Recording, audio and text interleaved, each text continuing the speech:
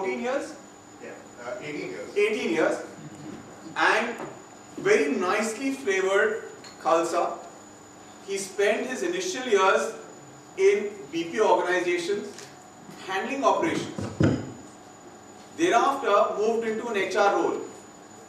And now he is a business head in a HR consulting firm which has got a fantastic name, Karma Consultants, labor law, right? And what I've learned a lot about HR, a lot about marketing, international marketing, and a lot about human enterprise from this segment which I'm really in love with, BPO. I still remember that I had to give a lecture on BPO in a Delhi college, Delhi University College, and I asked, what BPO means? So I had some students say, sir, ये वही जगह है जहाँ पे लोग drugs लेते हैं, ये वही जगह है जहाँ पे लोग खराब हो जाते हैं. मैंने कहा, boss, BPO is business people outstanding. Wow. Because when the leader in the US has the entire globe in front of him and he has to pick, and 68.4% of BPO investment is here in Gurgaon.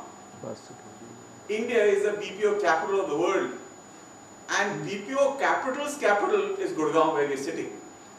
So BPO transforms people.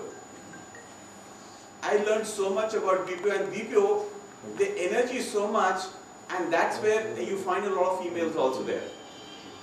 And that's the grounding of Manmeet. His name is also Man Ka Meet, which can't be better, right? All right, thank you so much. Thank you, Anshuman. The way that I can introduce myself is in fact very connected to what Anshuman started with, armed forces. So my father was in the Indian Navy. He retired as a vice admiral. So I had a fantastic upbringing. Every 2 or 3 years we used to get transferred, and that's how it shaped my part of my personality as well. Got used to various people that I interacted with, and I could adjust with various situations, and that helped me in my career as well. So starting off with the BPO industry, and GE was my first job, and it is more of a college. That really helped me shape the entire essence and flavor of the corporate life, and that's when I came across HR. So that was the first interaction that I had, and I used to see, wow, people who are the people managers and people who are caring for people. So that's where I want to be. So I strived hard, used to apply for IJPs, which is internal job posting, and finally I got my first break in HR in the year 2004 with IBM Daksh. Worked with Daksh for about 3 years, moved on to Bank of America in various roles in HR, and really helped me understand what the job of HR is. It looks very, very glorious, but it is very tough. They're the people who are the face of the organization. At the same time, they're the ones who are responsible for making sure that there aren't any issues that are escalated. And that brings me to the topic that I'm going to be talking about, which is prevention of sexual harassment at workplace. Now, all of us have heard a lot about POSH. That's what it is. It's colloquially known as POSH. But the actual act is known as Sexual Harassment at Workplace, for women at workplace rather. Prevention, prohibition, and that was formed in 2013. And it took more than 17 years for the act to be formed. And it took one huge incident, which was a very unfortunate incident, because of which there are a few women activists who actually came forward, and they had they actually filed a petition as well. So we'll talk about that. But before that, very important for us to understand what is the role that HR plays in an organization. They're the custodians of the organization, and they're the ones who drive the various policies and procedures. At the same time, it's important for us to go ahead and protect the rights of women at workplace. And also not just protecting that, but also empower them, because they're the ones who have got so much in terms of creativity, in terms of talent, You can see women who are at work, at home, they're the best examples of what HR does. Just going behind the lines and ensuring that things happen, be it taking care of the family, taking care of various other financial matters, so everything all in one. So that's where it's important for us to also promote more women and ensure that we make the workplace more congenial for them to work, and that's only possible if we have policies in place and procedures in place and law that protects that. So POSH is something which is very, very important, especially with the incidents that have happened in the past. So let's go ahead and understand what are we here I'll be taking you through during the course of the presentation. So the first, of course, is how did the actual law come about? The promulgation of the law. As I said, it took about 17 years. Imagine, 17 years for a law to be enacted. Laws governing sexual harassment, about Vishakha guidelines, which is basically the basis for the POSH Act. The Sexual Harassment Act 2013, which is the one which we're going to be talking about, which is Prevention and Prohibition of Sexual Harassment at Workplace. And then the Internal Complaints Committee, which is again a quasi-court because they have got the power to take decision and redress if at all needed. And redressal of complaints, and of course a few key aspects. So let's start with the promulgation of the law. How did it actually start? As I said, it took about 17 years. Anyone has any idea what was the basis for it? Anyone would like to throw some light? You can just give it a wild guess. Yeah, so anyways, I'll start off. In mid-90s, this was a landmark case that happened. It was, for the first time, sexual harassment was recognized as an offense, and it was a case of a woman employee being made, it was a case of hostile environment being created in such a way that the woman employee had actually no option but to file a complaint. But there wasn't any mechanism. So, and there was a very, very important case, which was case of Rukindale Bajal versus KPS Gill. So what happened was that he was a senior trying to take undue advantage of the situation that he was senior, and later on she tried her best, but unfortunately at that time there wasn't any law that would protect that. So and then of course in '97 there was a very, very important case which led to the formation of Vishakha guidelines. So the Supreme Court actually based on the banner of Vishakha, the Supreme Court went ahead and decided that until a formal framework for sexual harassment at workplace doesn't come about, it would be the Vishakha guidelines which will serve as a basis for the organizations to ensure that there is protection of women at workplace. So the other one, of course, in 1999, it was a very important case which was by Apparel Export Council versus AK Copra, in which they said physical contact is not the only element which should be the basis of sexual harassment. There are other elements as well, verbal, non-verbal. So we'll come to that. So let's start with laws governing sexual harassment. So there are three, in fact there are many fundamental rights that we enjoy, all of us have. And those are there in the articles of the Constitution. So right to equality of women comes under Article 14 and 15(3). And then right to live and right to life and live with dignity, which is in Article 1 of the Constitution. Right to practice any profession or to carry out any trade, occupation or business, Article 19(1)(g). This is so very important. You've seen women now even taking the forefront, becoming fighters in the defense forces. You've seen women employees going to various places where it was only considered a man's profession. Taking charge of organizations like PepsiCo, Indra Nooyi. Then you had Ms. Kocher, who was leading the charge for ICICI. So there are so many examples of women leaders who have been successful only because their parents and the society and the rest of the family support system was there. But then why not have an environment which is congenial for women to actually get empowered and also move up the ranks? Okay, so we are also going to be talking about Indian Penal Code.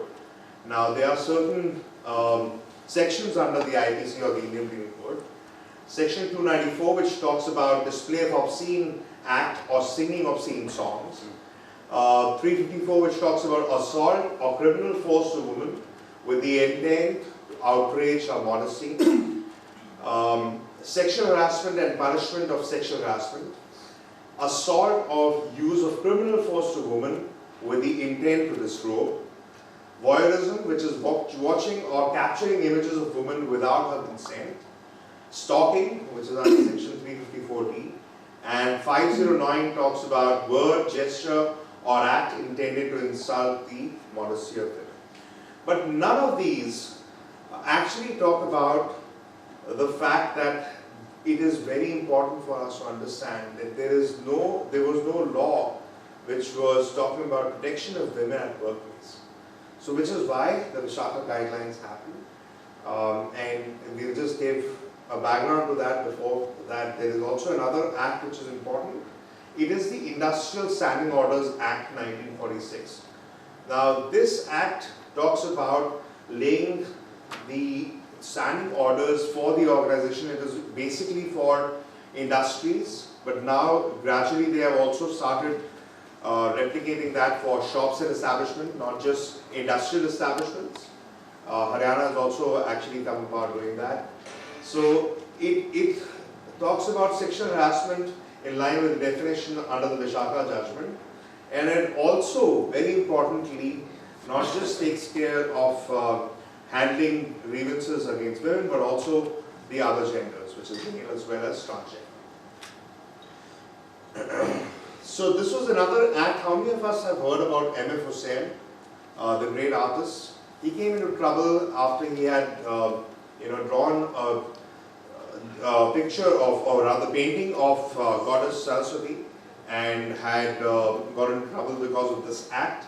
So immediately he went ahead and apologized and removed that, because the act says that you should not depict in any form, whether it's art or any other form, women in any indecent way. So this is another act that came about in 1987. Now let's talk about Vishaka guidelines. So in 1985, Bhanwari Devi, who was a social worker, she was very, very strong, and she had a mission in mind. She wanted to stop child marriages. And what happened was that she went ahead and got in touch with the government of Rajasthan and also with the help of police, started to educate people that child marriage is wrong, it should be stopped. And unfortunately, it just so happened that on September 22nd, 1992, 5 men brutally gang raped her. But the sad reality of the justice system in India was that all the 5 men were acquitted. So this actually started a huge movement, and this was the start of all the activists coming together and saying that we have to find a way in which we can protect our women.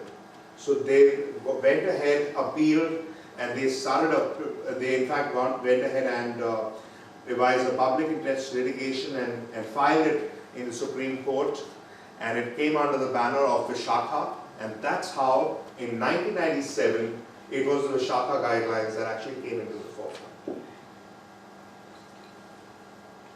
So now we are going to be talking about the Sexual Harassment for Women at Workplace, Prevention, Prohibition and Redressal Act 2013. And So Sexual Harassment Act recognizes that sexual harassment results in the violation of a woman's fundamental right to equality under Articles 14, 15 and 21 of the Constitution.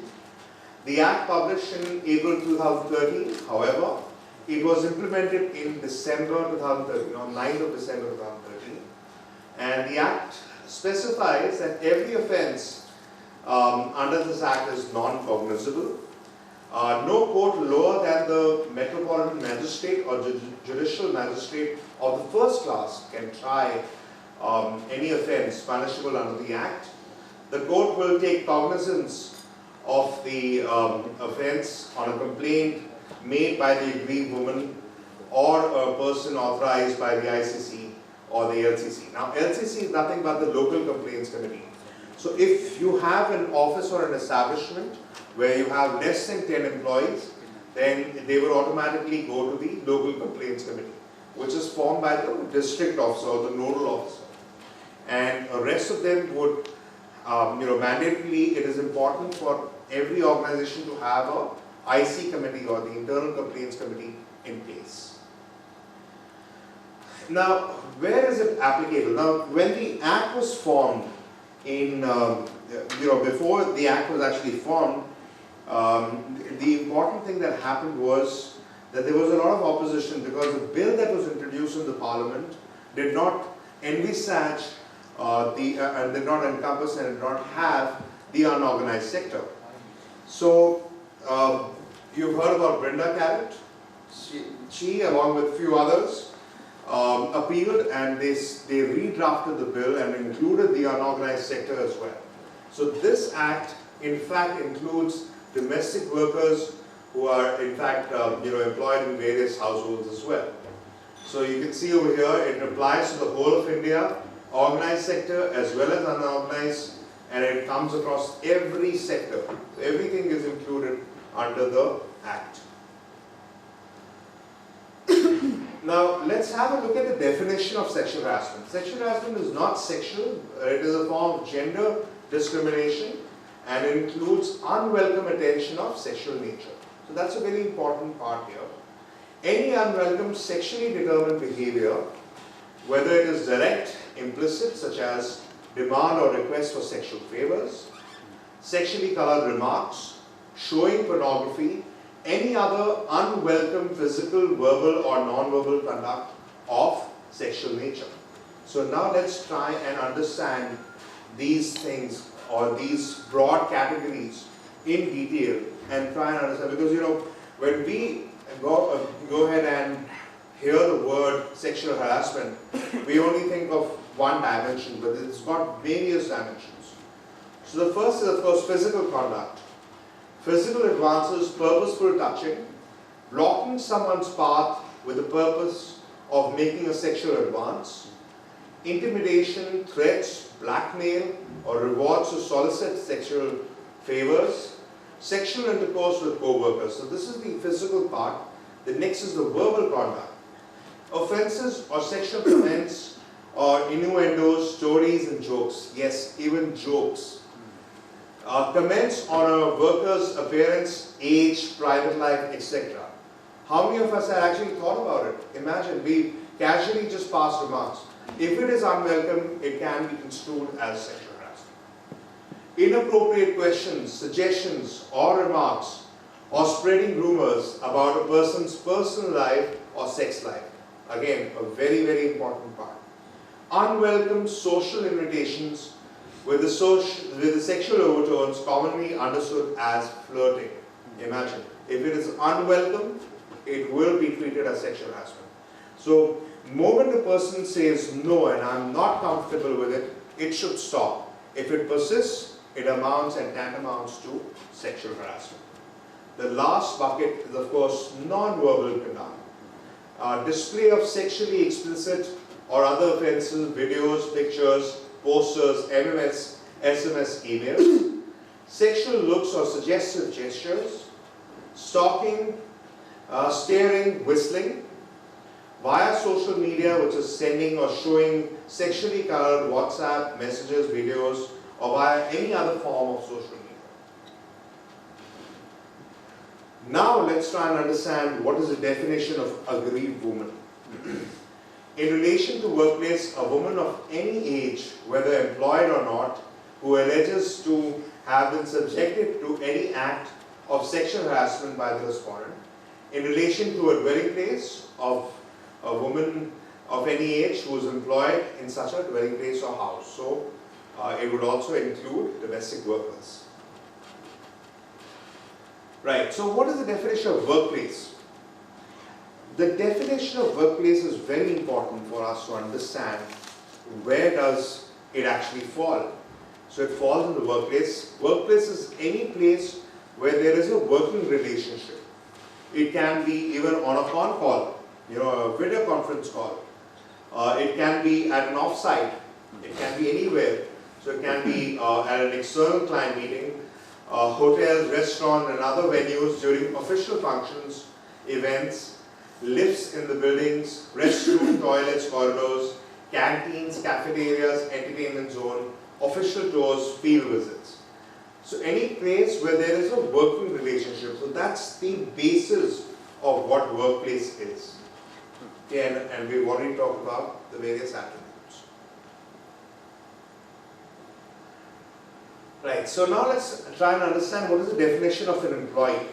Now, the Act defines an employee as a person employed at a workplace for any work on regular, temporary, ad hoc or daily wage basis, either directly or through an agent, which is contractual, including a contractor with or without the knowledge of the principal employer. This is a very important thing.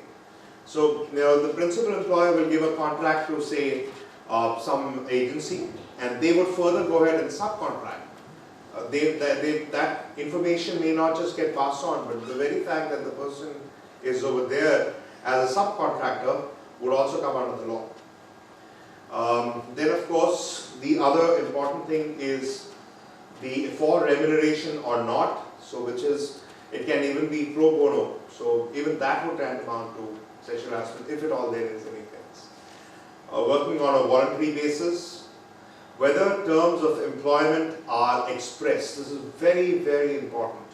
So it can be written, writing, verbal, whatever. So if they are expressed or not, doesn't matter. Now let's try and understand the very important word called unwelcome. So any conduct or behavior that does not consent to it and is offensive, the recipient or the victim not complaining does not necessarily mean or imply that the conduct is welcome. Some comments and or advances are blatant and crude and are inherently offensive. These will almost always be deemed as unwelcome. Now there are two fundamental types of sexual harassment. In fact, there are many more, but then there are two broad categories. The first is, of course, quid pro quo, which is a Latin term which means in return of. In earlier days, barter system used to be there before actually the currency was introduced. So, quid pro quo. You give me something, I'll give you something in return. So, in the context of sexual harassment, let's try and understand what it is. Employment decisions or expectations, hiring decisions, promotions, salary increase, work assignment or performance evaluation are based on an employee's willingness to grant or deny sexual favors. So, a few examples over here to understand it further. A manager informs an associate that he or she would lose their job if he or she does not give into his or her sexual advances. A manager informs an associate that he or she would get a better rating in the appraisal or a promotion if they give into his or her sexual advances. A manager promises an associate or a particular project or a role in exchange of sexual favor. Now let's try and understand of the other bucket or the other broad category, which is hostile environment. Creating a hostile environment that involves uninvited, unwelcome conducts or behavior, whether physical, verbal or non-verbal, and we've gone through that already. Conduct of sexual nature that is intimidating, humiliating, treatment of harassing likely to affect the health or safety of the agreed. And a few examples over here, talking about sex, talking about obscene jokes, or telling obscene jokes rather, using endearments, crude or offensive language, unsolicited or unwanted touching of any part of clothing. Now, this is a very important part. Any part of clothing or body, or commenting on someone's physical appearance. Talking about spreading rumors about someone's sexual orientation or sex life. Showing sexually suggestive pictures, notes, magazines or cartoons. Using sexually suggestive gestures. Staring, cornering, following, blocking the pathway or stalking. Now, what happens to the organization when you have such cases? Can we have anyone who would want to talk about it? What will happen if you have a case in hand in the organization? It gets spread, it creates a very bad environment, right? So you have humiliation, both parties who actually face a lot of humiliation, and especially the person who is who files a complaint or perhaps is willing to file a complaint. So the need for employees to be off the job, low productivity due to diversion of focus, again, negatively impact other managers, employees and witnesses, adverse publicity about the organization, and then the reputational damage. Now, definition: employer, the head of the department or the organization undertaking establishment, enterprise, institute, branch or unit of the appropriate government or local authority, or such office specified in this behalf, any person, whether it's contractual or not, in relation to a dwelling place, a person or household who employs or benefits from the employment of domestic worker or women employees. Now, these are few of the duties of the employer. First is, of course, to constitute an internal complaints committee. Why is it important? You don't want everything to go outside the organization. You want everything to be resolved within. And the first step of any case that comes about is to look at a way if it can be conciled. If both the parties can meet up and try and resolve it before it actually goes into an inquiry. Because sometimes something which may be construed to sexual harassment may actually not be, because things aren't the way that they seem. A person may just be, by that nature. So if counseling can help, and if the person agrees to it, and there is no change, and there is change in the behavior of the person, certainly it can help. But then if it doesn't help that way, and if the agreed party is not at all happy, then it moves into the next stage, which is redressal. That's where the inquiry comes about. So important is, of course, as I said, ICC, ensuring there is capacity and skill building training for IC members. This is very important because the IC members are nothing but the causing court. They are the ones who are almost at the level of judicial magistrate of first class, who are taking a decision on a case. And then, of course, it is important for HR to formulate a policy of sexual harassment at workplace, create a policy that prohibits unwelcome behavior that constitutes sexual harassment, provide a detailed framework for prevention and redressal, treat sexual harassment as misconduct under service rules.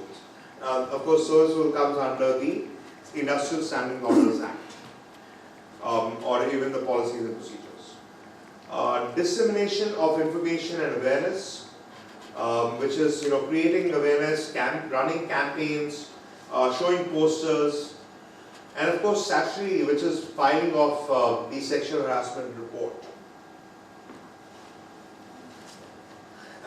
This is the Internal Complaints Committee. The law provides that an organization having 10 or more employees, as I said earlier, if it is less than 10 employees, then it will go to the Local Complaints Committee, which is actually appointed by the district officer or the nodal officer.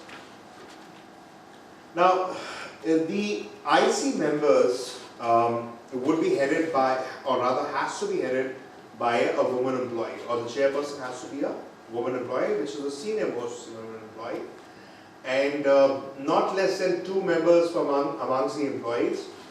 And ideally, there should be an odd number in the constitution of the IC members, including the external member. Why?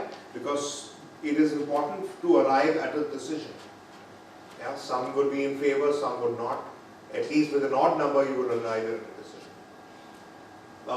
And of course, external members, it can be anyone from an NGO or a person who has done some work for women development, or a person who's got the knowledge about sexual harassment. Not less than half, and this is again a very important point here in the Act, which is not less than half of the constitutional workplace or IC members should be women employees. In fact, at least 50% of the representation of IC members should be women employees. The term of the IC members shall not exceed 3 years. This is also very important. There should not be biasness. After every 3 years, we should have fresh blood coming in and fresh members in the IC members. A minimum of 50% of members, including presiding officer, are to be present during the inquiry. This is again a very important. So at all times, the presiding officer has to be present during the inquiry. Right? The external member is entitled to allowance by the employer, where the office or the administrative units are at workplace located in different places, division or subdivision, and ICC has to be set up at every administrative unit or office. So as long as there are 10 or more people, you have to have an IC member set up there. And ideally, you can have the common members across, because you may not have those many people who are capable of handling cases. But it's recommended that you should have at least 1 or 2 local people as well, so that they can immediately, take care of any complaint that happens. Okay, so how to file a complaint is very important. Time frame to file a complaint cannot be made, so it has to be made in writing, and of course it has to be done within 3 months from the last incident that is reported. Complaint should include these important factors: circumstances that give rise to the complaint, dates of the alleged occurrences, names of witnesses if any, signature of the agreed. So 6 copies of the complaints are to be filed and have to be handwritten, and every attempt to be made to get the aggrieved to give complaint in writing. Now there is also a government portal. It's called shebox.nic.in, and that's also an online portal for people to actually go ahead and file a complaint, and through that it comes to the ICC. So that's http://www.shebox.nic.in. This is relevant to women who are associated with a private organization, and once a complaint is submitted to the portal, it is directly sent to the IC for concerned employer to take action in the manner discussed above.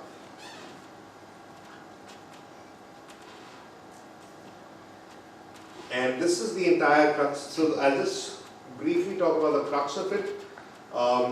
It is important to have at least 6 copies of the, and that too 6 original copies of the complaint, and they have to be handwritten. Must be filed within 3 months, which is 90 days from the date of the last incident that is reported, in case there is a series of incidents. In the case of the aggrieved is incapacitated, relative, friend, co-worker can file the complaint, right? IC will forward a copy of the complaint to the respondent within 7 days, so that's another important toll gate. Respondent to reply within to ICC within 10 days. So the first step, of course, as I said, is conciliation. We need to try to arrive at a common ground in case possible. So IC should make every attempt to try and reconcile, and you can have an external person also be part of conciliation. And of course, if at all things can be settled there, then there is no need for inquiry. However, in case things are not settled and the aggrieved party wants to pursue the case, the IC members will have to hold an inquiry and try to redress the case. IC to complete the inquiry within 90 days of filing the complaint. IC shall submit its report to the management within 10 days of completion of inquiry. And the next important thing is employer to implement action recommended by IC in its report within the next 60 days. And it is important that all this is kept confidential. So as far as possible, the inquiry meeting should ideally be outside office. If not possible, then there has to be a way and a mechanism through which confidentiality is maintained. So we need to make the parties who are present over there, make them aware that everything, and of course the aggrieved party has to be given that confidence that everything will be kept confidential. And of course we would, the IC members would have the obligation to carry out various investigations at their end as well. And very important, now this law can also be misused. So it is important that in case they feel during the course of inquiry that there was any malicious or false intent by the complainant, action should be taken, because it should not be used as a tool to take undue advantage as well. So the law also has got that protection.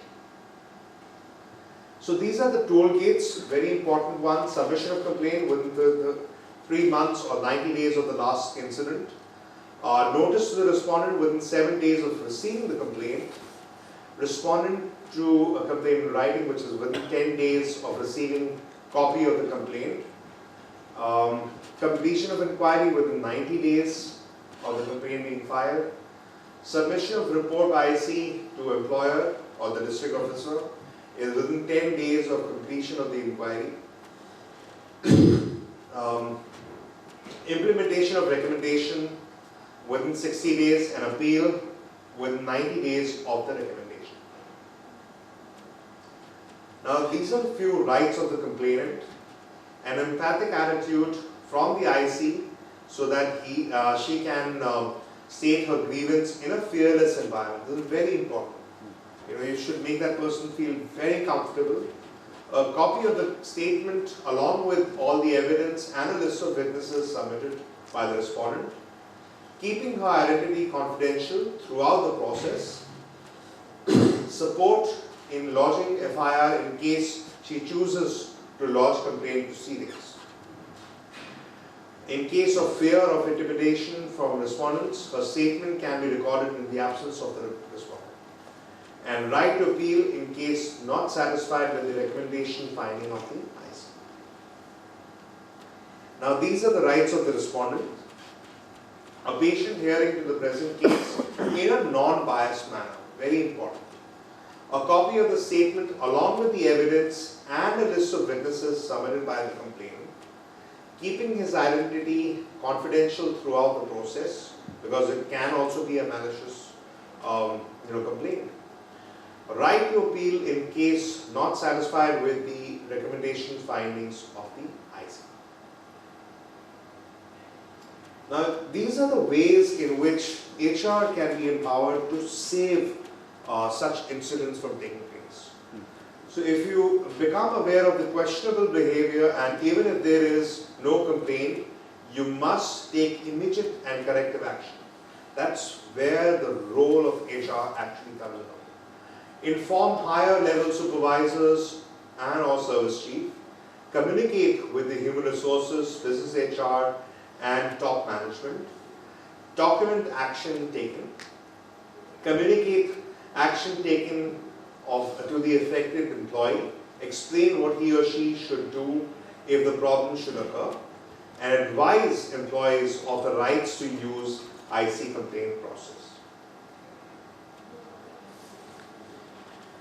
So these are the ways in which you can make your workplace a safe and productive workplace. To make a workplace harmonious place to work and progress, HR should recognize that workplace sexual harassment is a form of human rights violation, adopt zero tolerance policy towards sexual harassment, recognition that sexual harassment is a form of gender specific violence. You can in fact contact Dr. Manleen Kaur. She is a legal expert in POSH, POCSO and also environmental laws. This is a cell number, so if you want you can just note it down. And the email address is given as manleen.me@gmail.com. And that's me. You can get in touch with me. I'm from Karma Management, and we have our team as well over here. So during the course of the day, we can actually get in touch with you. Apart from sexual harassment, we also deal with labor laws. So if you in case are looking at empaneling a labor consultant, we can get in touch with you. We'll be happy to serve your organization. And these are my details, manmeet@karmamgmt.com, and my mobile numbers are over there, 7838-367255 and 813-0411-575. That's it from me. Thank you so much. Yes. Thanks for watching. Please subscribe to India's first corporate news channel. We invite interviews, articles, press releases from your organization. Visit our portal www.indianconventions.com. Thank you.